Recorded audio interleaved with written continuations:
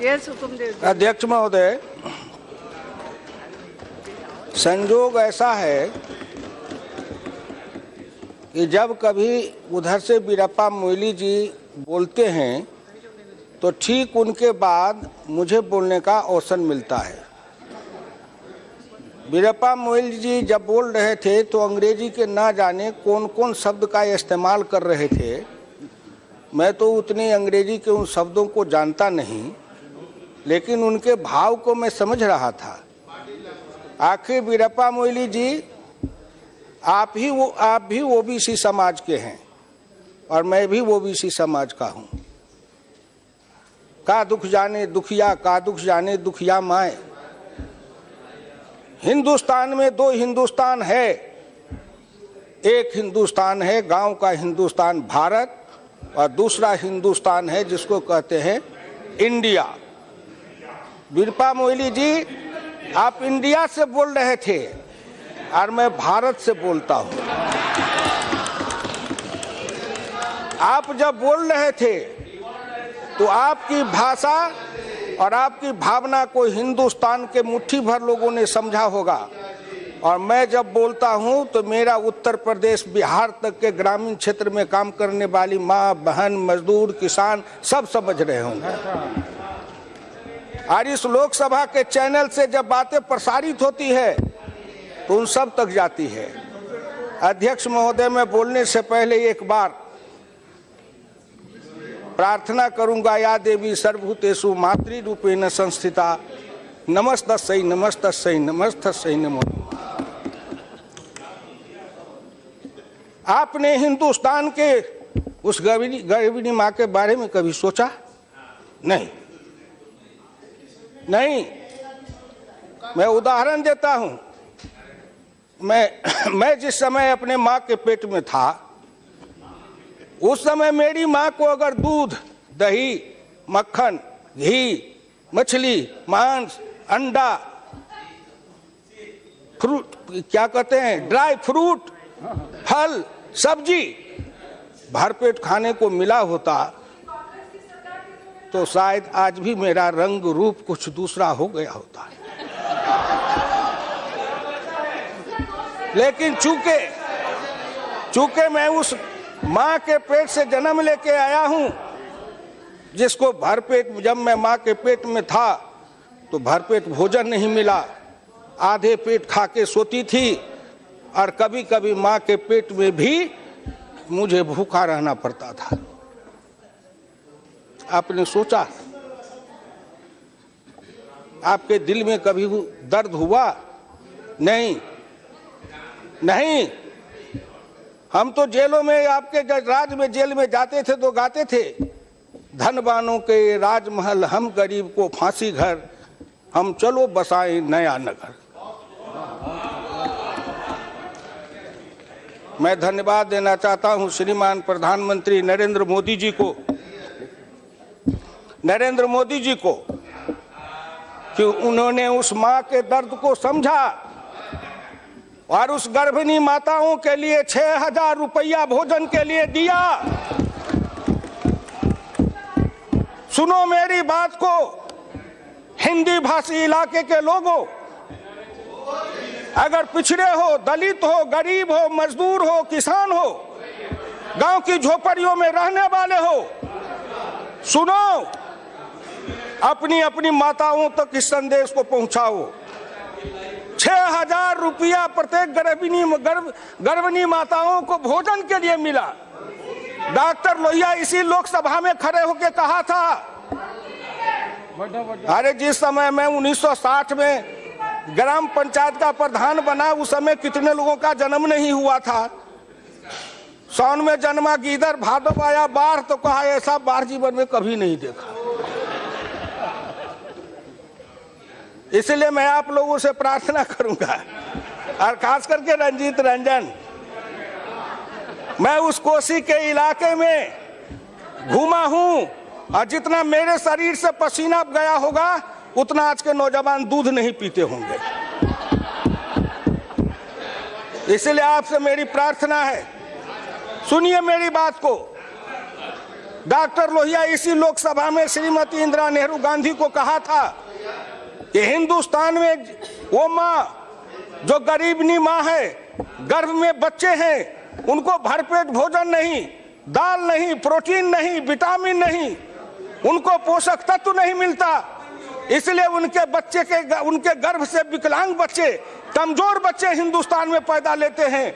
और जिस देश में माँ के पेट से गरीब, मजबूर, विकलांग बच्चे पैदा लेंगे, वह देश कभी बलवान नहीं हो सकता है। इसलिए उसके तरफ अगर किसी का ध्यान गया, डॉक्टर लोहिया की उस वाणी को किसी ने सुना तो नरेंद्र मोदी ने सुना। इसलिए डॉक्टर लोहिया के शिष्य होने के नाते मैं नरेंद्र मोदी जी को कोटि कोटि धन्यवाद देता हूं।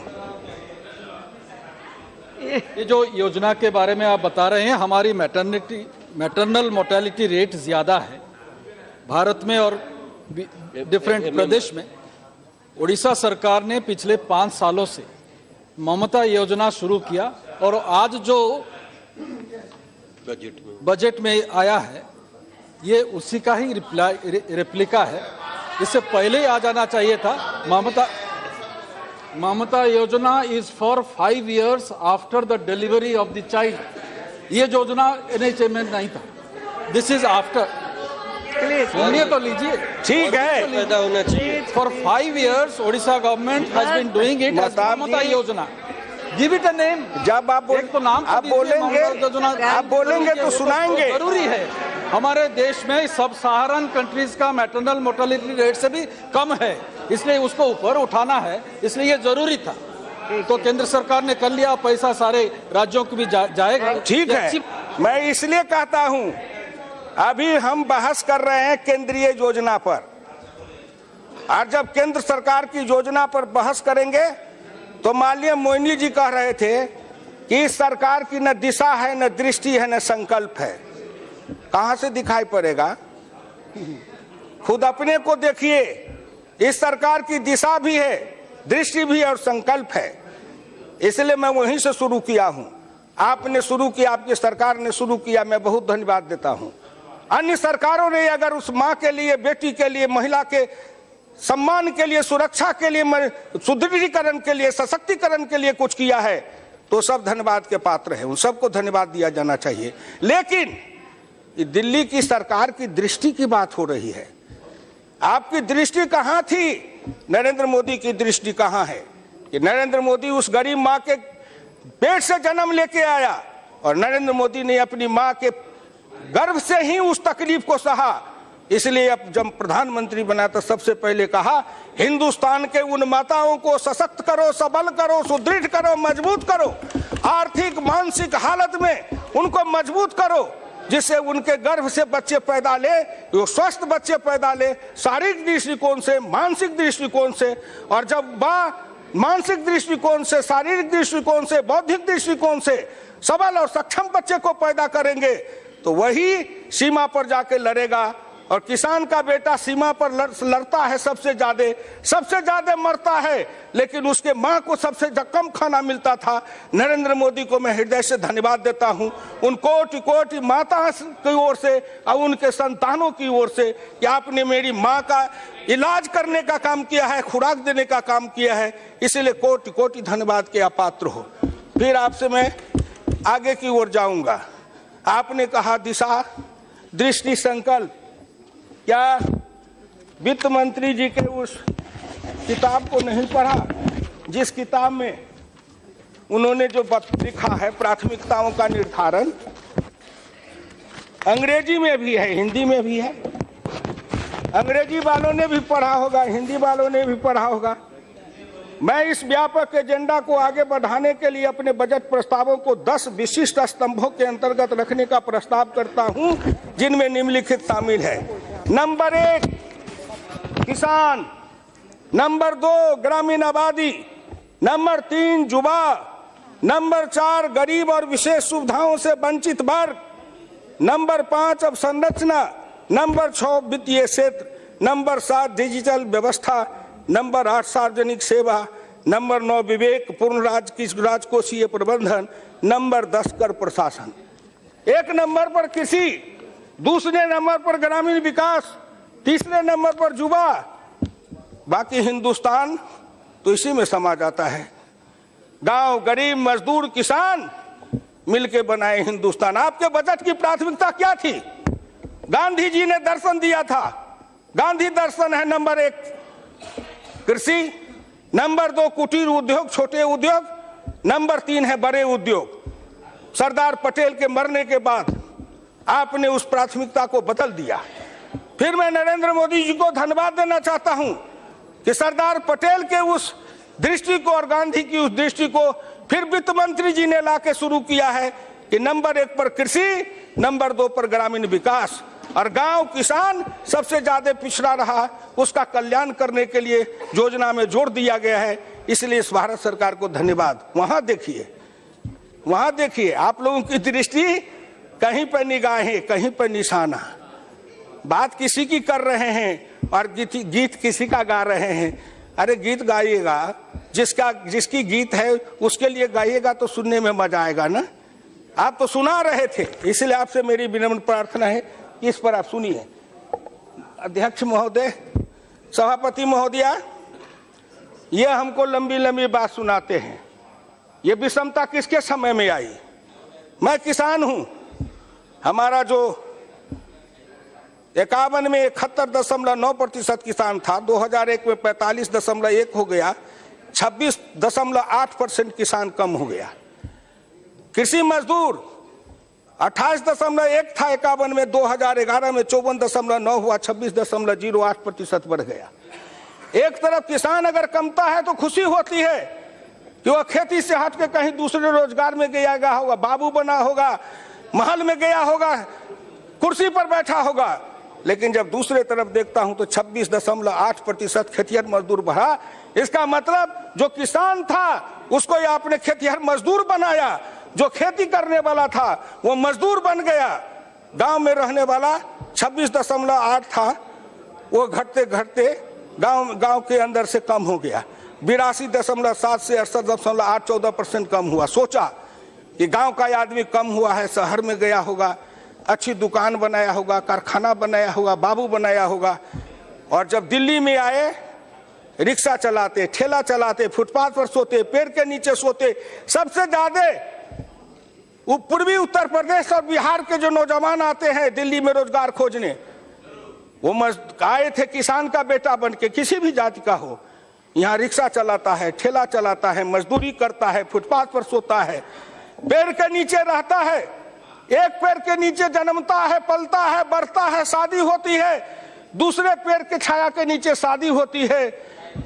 कोई बड़े लोग हैं हनीमून मनाने के लिए स्विट्जरलैंड जाते हैं, और वो बेचारे अपना हनीमून उसी पेड़ के छाये के नीचे बनाते हैं। सड़क पर गाड़ी घोड़ा चलता है, गरीब का बच्चा हनीमून बनाता है। आपने कभी सोचा? आपने कभी उनके बारे में सोचा? क्यों नहीं सोचा? इसलिए कि आप जिस वर्ग से आए थे वो वर्ग चरित्र ऐसा था, क्लास कैरेक्टर आपका ऐसा था कि आपने उसके लिए नहीं सोचा। नरेंद्र मोदी जिस वर्ग से आए हैं, इनका क्लास कैरेक्टर वैसा है, इसलिए उस वर्ग की ओर चिंतन करते हैं। ये तो दो भारत का संघर्ष है। मैं धन्यवाद देना चाहूंगा नरेंद्र मोदी जी को कि उन्होंने भारत में एक नए विचारधारा के साथ युद्ध को आमंत्रित किया है। न जाने युद्ध का परिणाम क्या होगा, लेकिन एक बात समझ लीजिए, युद्ध का परिणाम निकलेगा, अच्छा निकलेगा, क्योंकि गांव, गरीब, मजदूर, किसान ये सब अब जग गया है। और हिंदुस्तान के 85% लोग श्री नरेंद्र मोदी जी के पीछे खड़े हैं, और हिंदुस्तान के 15% लोग हैं, उनके बीच में युद्ध छिड़ा है।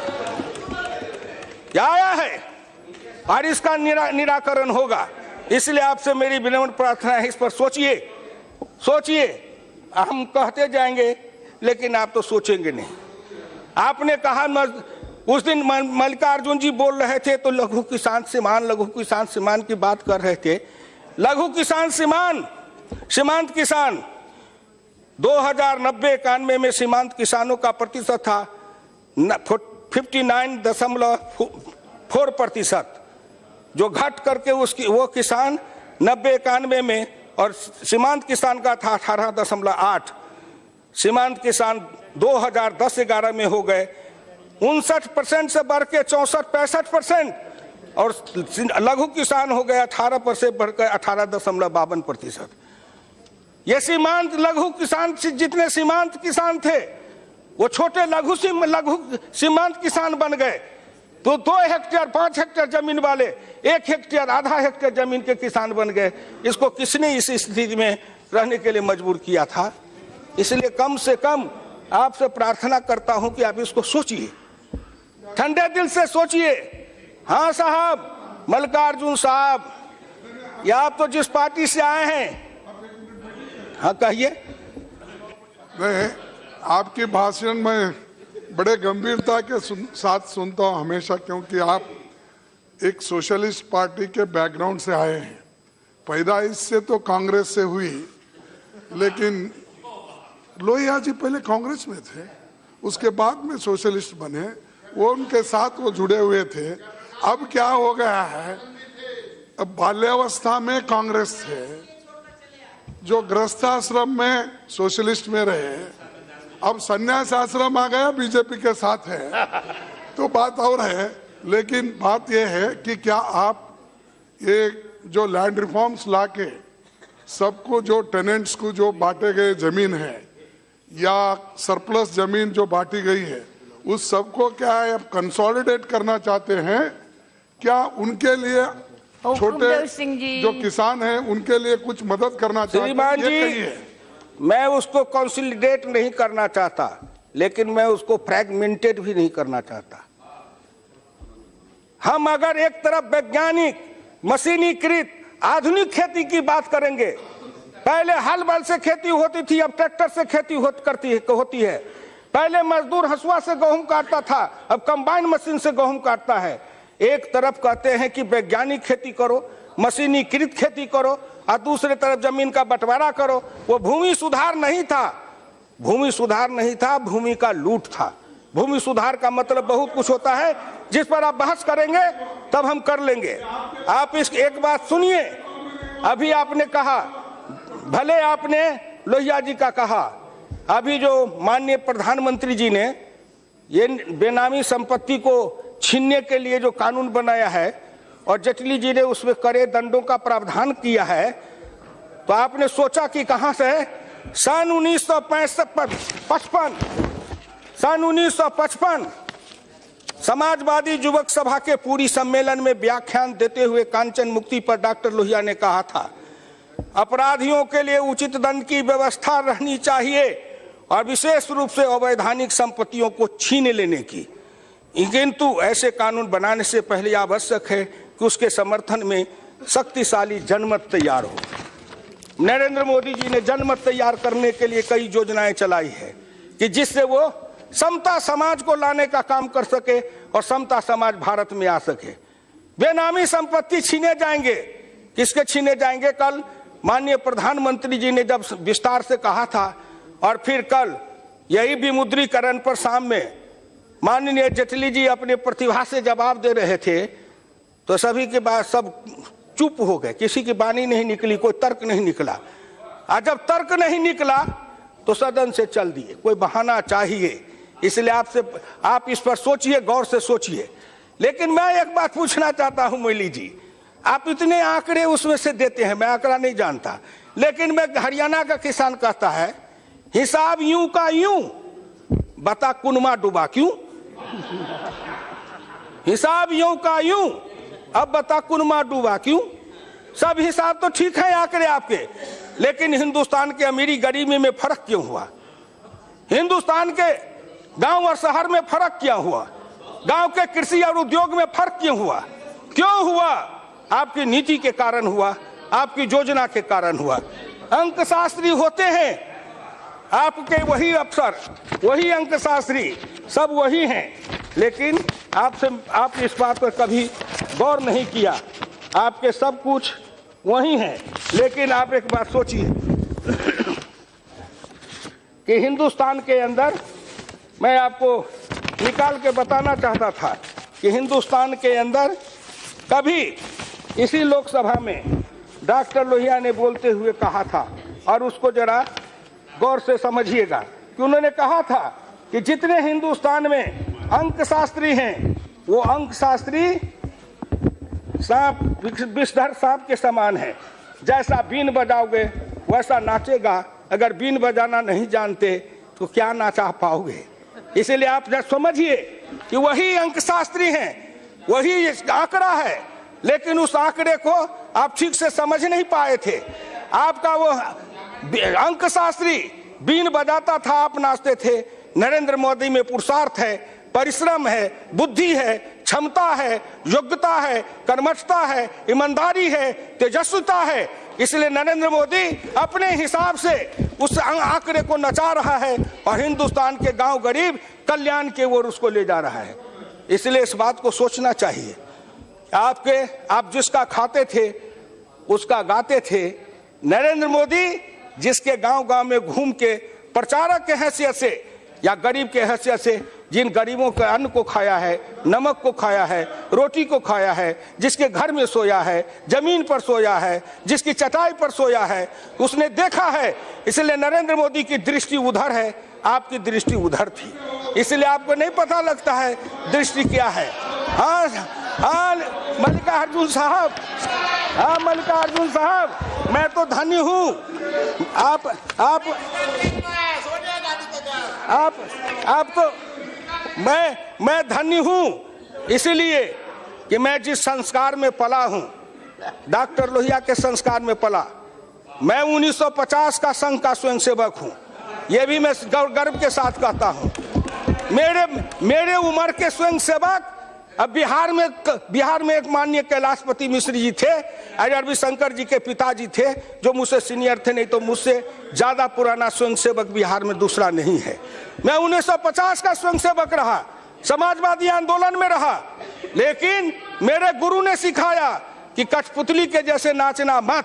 आप जिस जमात में रहे हो उस जमात में पिछड़ों को, दलितों को नेता बनाया गया, लेकिन उनको कठपुतली के जैसे नचाया गया। उनके स्वाभिमान की रक्षा नहीं हुई, उनको कभी नेता बनने नहीं दिया, उनको नेता नहीं बनने दिया।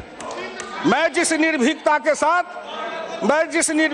साथ अपनी पार्टी के तरफ से बोल रहा हूं, क्या आप उस निर्भीकता के साथ बोल सकते हैं?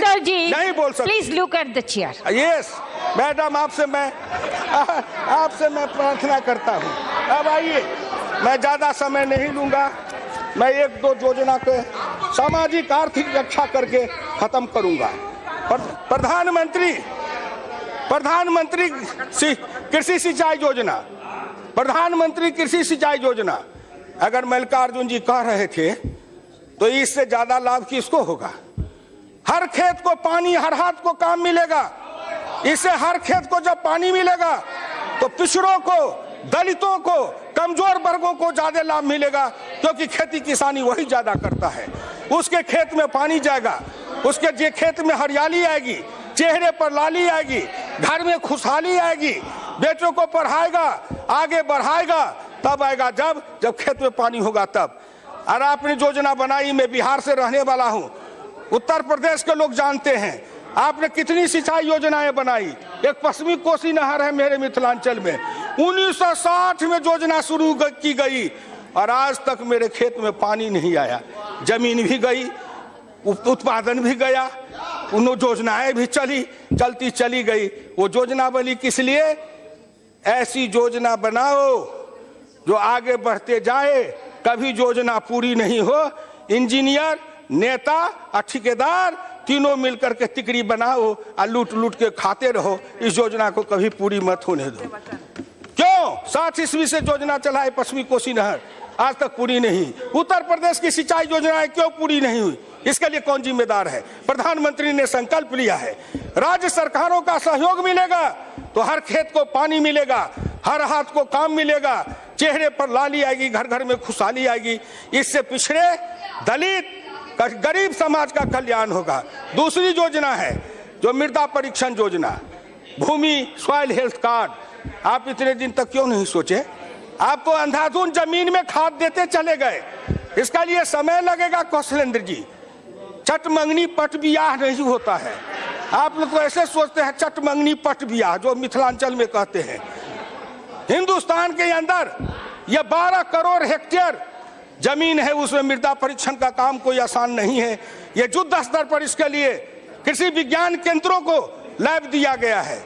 उसमें टेस्टिंग मशीन दिया गया है कि उससे जमीन की मिट्टी की जांच होगी और मिट्टी के स्वास्थ्य की जांच होगी, उसमें कौन चीज कमी है, यूरिया कम है, नाइट्रोजन कम है, फास्फोरस कम है, पोटास कम है, जिंक कम है, सल्फेट कम है, क्या कम है, ये जांच करने के बाद और किसान उसके हिसाब से उसमें डालेगा। अब मेरा बच्चा मेरे जैसा अनपढ़ गंवार नहीं है, अब मेरा पोता मुझसे ज्यादा होशियार है, क्योंकि कंप्यूटर से नेट से निकाल के सब कुछ को देखता है। आधुनिक खेती करेगा जब उसके हाथ में ये सब मिलेगा तो मृदा वाला काम उसी तरह है। उसी तरह लघु सीमांत किसानों को ऋण का आपसे मैं प्रार्थना करूं कि ग्रामीण गल्ला गोदाम की योजना अटल बिहारी वाजपेयी ने शुरू की थी, हमसे तो हिसाब मांगते हैं। आप 10 बरस में हिसाब दीजिए ना कितना ग्रामीण गल्ला गोदाम बनाए। इस योजना को ठप कर दिए, कहीं गोदाम नहीं है बिहार में, पैक्स में गोदाम नहीं है, पैक्स किसान का धान नहीं खरीद रहा है, सरकार का रेट है 1350 रुपए क्विंटल। मैं किसान हूं, अपना 120 क्विंटल धान 1200 रुपए बेच के बिहार में आया हूं। कहां है व्यवस्था बिहार सरकार की? बाकी कहते हैं वो यही है उत्तर प्रदेश में, किसान भटक रहा है। क्यों नहीं व्यवस्था की गई? गल्ला गोदाम क्यों नहीं बनाया गया? इसलिए नहीं बना कि अगर ग्रामीण गल्ला गोदाम बनेगा, पैक्स के अंदर धान खरीदा जाएगा, किसान को ज्यादा रेट मिलेगा, किसान खुशहाल हो जाएंगे, तो ये मिल चलाने वाले व्यापारी कहाँ जाएंगे? इसलिए किसान का गीत गाते रहो और व्यापारियों को लाभ पहुंचाते रहो। किसी का गीत गाओ, किसी को लाभ पहुंचाओ, इस पर जरा सोचिए। आपसे यही कहने के लिए मैं खड़ा हुआ हूं। आइए, भारत सरकार के लिए वित्त मंत्री जी ने, प्रधानमंत्री जी ने मुद्रा बैंक की स्थापना की। किसको लाभ मिल रहा है? जितने मिले उसको, जितना मिले उसको कौन दे रहा है? इसलिए आपसे सुनिए गौर करके, ये मुद्रा बैंक से बिना गारंटी के सेल्फ गारंटी पर 10 लाख तक का कर्जा दिया जाता है। आपने कभी इस पर सोचा था क्या कि खुद की जमानत बन के और 10 लाख तक रुपया मिले? ये गरीब लेगा, ये गरीब को मिलेगा, किसान के बेटे को मिलेगा, मजदूर के बेटे को मिलेगा, पिछड़ों के बेटे को मिलेगा, दलित के बेटे को मिलेगा, समाज के उपेक्षित, उपहासित, कमजोर वर्ग को मिलेगा। उसके घर में खुशहाली आएगी। एक कौशल विकास योजना क्या है? चमड़े का काम, लोहे का काम, गिट्टी का काम, मिट्टी का काम, ये काम कौन करता है? ये सभी काम करने वाले हैं पिछड़े और दलित समाज के लोग। उनके कौशल विकास है, उनके हाथ में कौशल है, लेकिन कोई प्रामाणिकता नहीं थी। नरेंद्र मोदी ने सोचा कि ITI में कहां पढ़ने जाएगा, IIT में कहां पढ़ने जाएगा, इसीलिए गांव-गांव में कौशल विकास योजना के लिए प्रशिक्षण केंद्र बनाया। 3000 रुपया उनको प्रशिक्षण के समय में मिलेगा और गांव में बैठ करके अपने कौशल की लोगे, उनको एक सर्टिफिकेट मिलेगा, राज का मिलेगा, मिस्त्री का मिलेगा, हलवाहा का मिलेगा, कोदारी चलाने का मिलेगा। सब काम ग्रामीण क्षेत्र में करने वाले उन गरीबों को कौशल विकास का प्रमाण पत्र मिलेगा, वो भी एक सर्टिफिकेट जेब में लेके जाएगा। क्योंकि हमको कहा जाता था अनस्किल्ड लेबर हो, किसान अनस्किल्ड लेबर है और बाकी लोग स्किल्ड लेबर हैं। मैं एक बार अपने खेत में हल चला रहा था, मेरे गांव के बगल में डिफेंस का हवाई पट्टी है, जहाज उड़ रहा था, तो मैं रुक गया। मैंने सोचा ये ऊपर से कुछ बोल रहा है हवाई जहाज उड़ाने वाला, तो मैं अपने अंदर से कहा क्या बोल रहा है? तुम यही कह रहा है कि मैं टेक्निकल हूँ, हवाई जहाज उड़ा रहा हूँ। तू जा हवाई जहाज उतार के आ, अब मेरा हल का मूठ पकड़ के जोत के बता। हवाई जहाज उड़ाने में मैं नॉन टेक्निकल हूँ, हल चलाने में तुम नॉन टेक्निकल हो, दोनों का सौदा बराबर है। तेरी विद्या हम न जाने, मेरी विद्या तुम न जाने। आज किसान की बात करने वाले बड़े बड़े नेता हैं। वीरेंद्र जी उस दिन कह रहे थे कि उनके आगे में गाय या भैंस रख दीजिए तो भी नहीं पता लगेगा दूध आगे से निकलता है कि दूध पीछे से निकलता है। काली भैंस काली गाय में फर्क न करे। अच्छा जाबे जो किसानी की बात करते हैं, हम वो नेता नहीं है जो नाटक करते हैं। सिनेमा में एक हीरो आता है, हल चलाता है, कंधे पर जुआ रखता है, एक तरफ बैल को जोतता है और फटे कपड़े फाड़ के, जिस अच्छे कपड़े को फाड़ के लैला मजनू का खेल करता है। उसी तरह राजनीति में लैला मजनू का खेल है। फटा कपड़ा लेकर मंच पर लोग दिखाते मेरा फटा है। अरे फटा है, लेकिन वो क्या दिखा रहे हो? बोलो ना, बचपन में क्या फटा था? हम तो बचपन में फटे कपड़े पहने थे। हम जिस समय थे उस समय ये जीन्स फिन्स ये पैंट पतलून नहीं था। हम तो जो अंडर पैंट पहनते हो आप, वो डोरी वाला पैंट पहनते थे, अब बोरे की टाट पर बैठते थे, गांव में बैठ के बासी भात खाते थे। जन्म लेते हो राजा घर में, पलते हो रानी के महल्ले में, जाते हो कहीं विदेश में, पढ़ के आते हो कहीं से कहीं, और किसी के बारे में आप नाटक करते हो। इसलिए आप इस बात को समझिए। सभापति महोदय, मैं इस देश के उन लोगों को समझाना चाहता हूं कि जो आदमी अपने नाटक के द्वारा अपने भ्रम फैलाते हैं या हिंदुस्तान के गांव गरीब किसान पिछड़ों को ठगना चाहते हैं। अब गांव गरीब किसान मजदूर का बेटा भी चालाक है, तेज है, पढ़ा लिखा है, लैपटॉप रखता है, कंप्यूटर रखता है, मोबाइल रखता है, वो भी नेट पर सब कुछ को देखता है और एक एक नेता की जन्म से लेके मरण तक की कहानी निकाल के पढ़ लेता है गूगल के मार्फत से। इसलिए हम किसी को धोखा नहीं दे सकते। आखिर में मैं कहना चाहूंगा, एक एक योजना को लीजिए जो प्रधानमंत्री जी ने गिनाया, वित्त मंत्री जी ने गिनाया, उन सभी योजनाओं को लीजिए। गांव में सड़क बनाने के लिए प्रधानमंत्री ग्रामीण सड़क योजना अटल बिहारी वाजपेयी ने चलाया था। उस समय मैं उनके साथ मंत्री था। क्यों चलाया? गांव में सड़कें नहीं। मैं उसी इलाके में जन्म लिया हूं सभापति महोदय कि बाढ़ के समय जब चलता था उसी इलाके से संतोष जी हैं।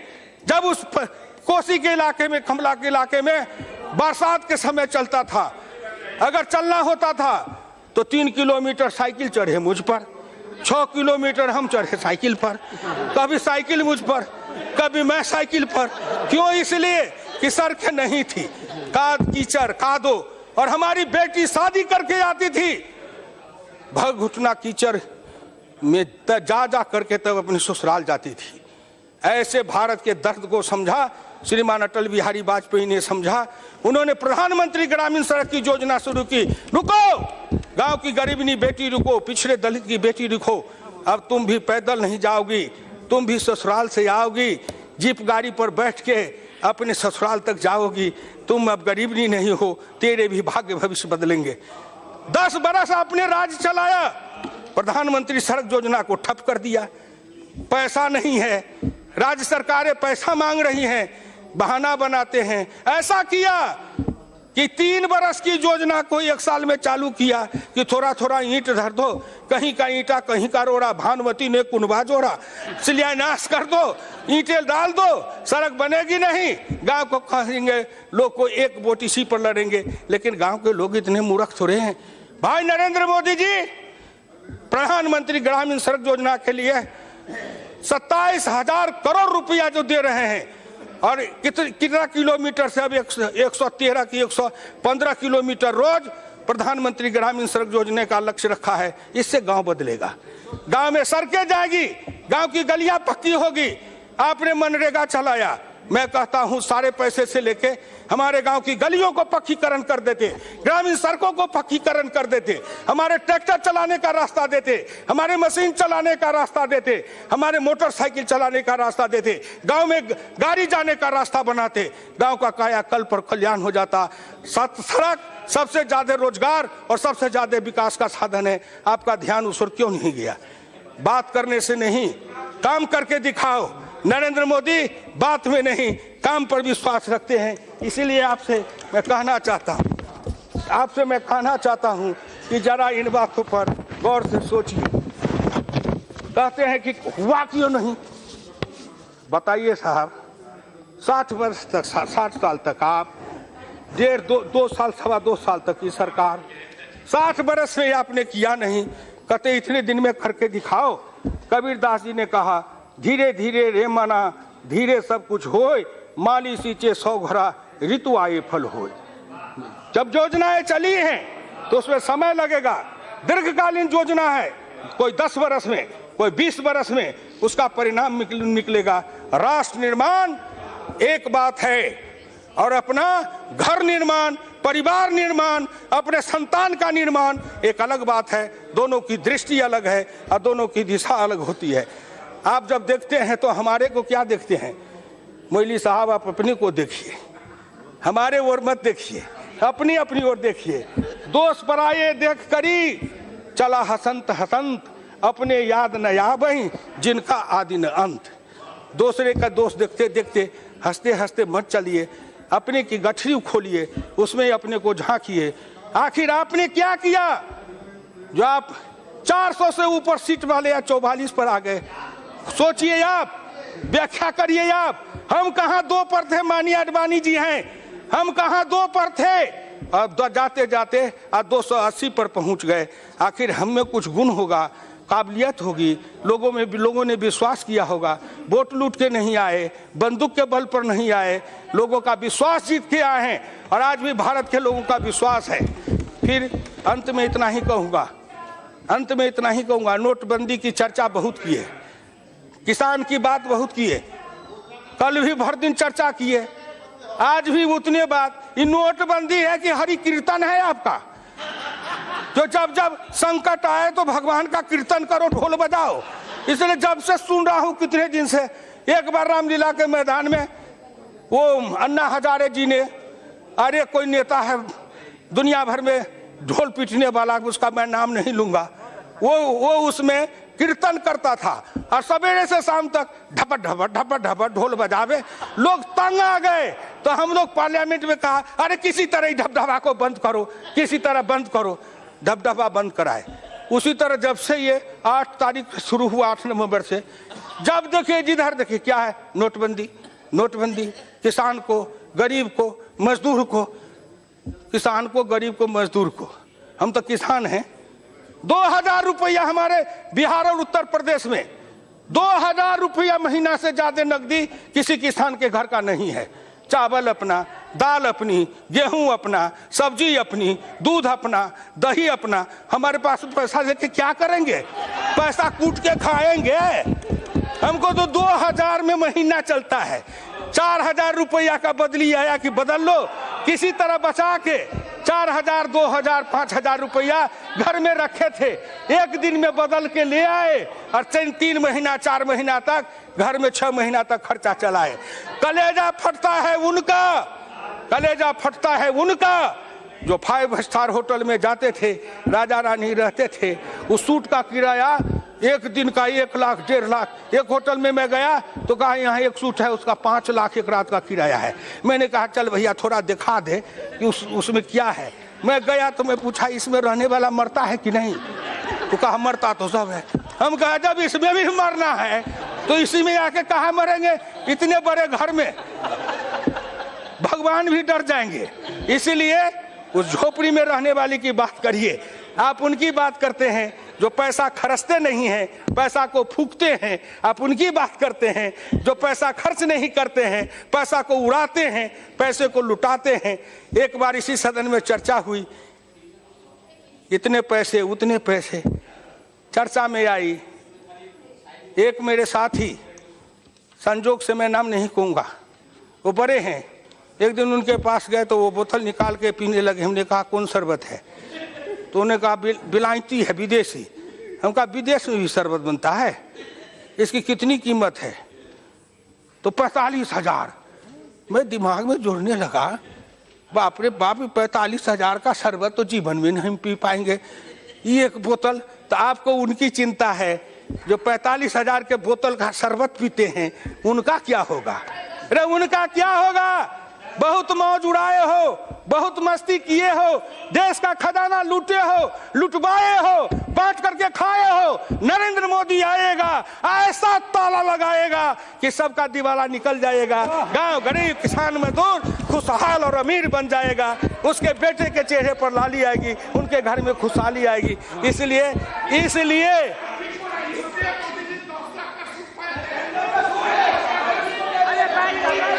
ठीक बात है कल्याण जी, आप मेरी बात न समझेंगे क्योंकि आप तो अच्छे वकील हैं, ना? हाँ, जो ज्यादा पैसा देगा उसका बहस करते हैं। आप वकील हैं उसके, जो ज्यादा फीस देगा उसकी बहस करेंगे, कागज भी न पूछेंगे उसने क्राइम किया है कि नहीं किया है, बहस कर देंगे। मैं अपनी बात समाप्त करते हुए कहता हूं, एक बात हिंदुस्तान के गांव, गरीब, किसान, मजदूर, पिछड़े, दलित, अल्प जितने लोग हैं सबके लिए किया। अंत में मोदी जी ने कहा सबका साथ सबका विकास, सबका साथ और सबका विकास। उस सब में कौन नहीं है? हिंदू है, मुसलमान है, सिख है, ईसाई है, गरीब है, अमीर है, पिछड़ा है, दलित है। सबका साथ सबका विकास। खेत में पानी, सबके खेत में पानी। हर हाथ को काम, सबके हाथ के काम। हर के चेहरे पर लाली, सबके चेहरे पर लाली। हर गरीबी गर्भवती माता को 6,000 रुपया, सबके घर में 6,000 रुपया। कोई भेद नहीं है किसी जात के लिए, न अल्पसंख्यक है न बहुसंख्यक है। हिंदुस्तान एक समान है, इसलिए समदृष्टि रखिए, सबके लिए बराबर का काम करिए। सब भारत उठेगा, भारत शक्तिशाली बनेगा, और भारत मजबूत, और भारत जितना शक्तिशाली बनेगा, देश शक्तिशाली और मजबूत बनेगा। हमारा हिस्सा ज्यादा आएगा। जब सबका बेटा नौकरी पाएगा तो सबसे ज्यादा पिछड़े वर्ग के भी हम नौकरी पाएंगे, क्योंकि हमारी संख्या ज्यादा है। दलित ज्यादा नौकरी पाएगा क्योंकि उसकी संख्या ज्यादा है। जब सबका विकास होगा उसमें मेरी हिस्सेदारी ज्यादा होगी। जब सबका कल्याण होगा मेरी हिस्सेदारी ज्यादा होगी। इसलिए उस दृष्टिकोण से हम सोचते हैं। तो नरेंद्र मोदी जी की योजना ने हिंदुस्तान में आर्थिक परिवर्तन, सामाजिक परिवर्तन, राजनीतिक परिवर्तन, सांस्कृतिक परिवर्तन और धार्मिक परिवर्तन, ये सब की ओर जो आगे बढ़ रहे हैं, इसी से हिंदुस्तान का कल्याण होने वाला है। इसीलिए मैं इस बजट का समर्थन करता हूं, ईश्वर से प्रार्थना करता हूं कि हे ईश्वर, नरेंद्र मोदी की रक्षा करिए। अगर कोई संकट आवे तो हम लोगों पर थोड़ा थोड़ा बांट दीजिए, लेकिन नरेंद्र मोदी के ऊपर कोई संकट नहीं आवे। वो गांव गरीब किसान का नयन का तारा है, हृदय का, दिल का धड़कन है। उसकी रक्षा आप करना, जिससे वो आगे कुछ करके दिखाएंगे। धन्यवाद।